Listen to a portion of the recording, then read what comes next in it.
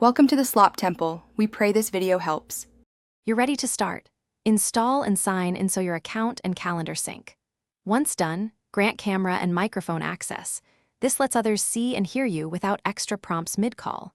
Now open Google Meet and choose Start a Meeting to create a link, or tap Join with code to enter someone else's meeting ID.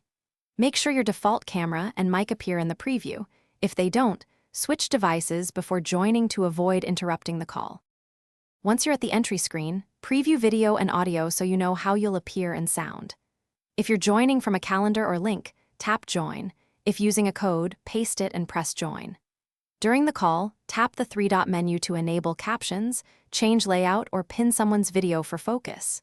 You can switch between front and rear cameras, mute/unmute, and turn off video without leaving. These controls keep your presence flexible as the meeting. To finish, tap the red hang up button. If you started the meeting and want everyone to leave, end the meeting for all.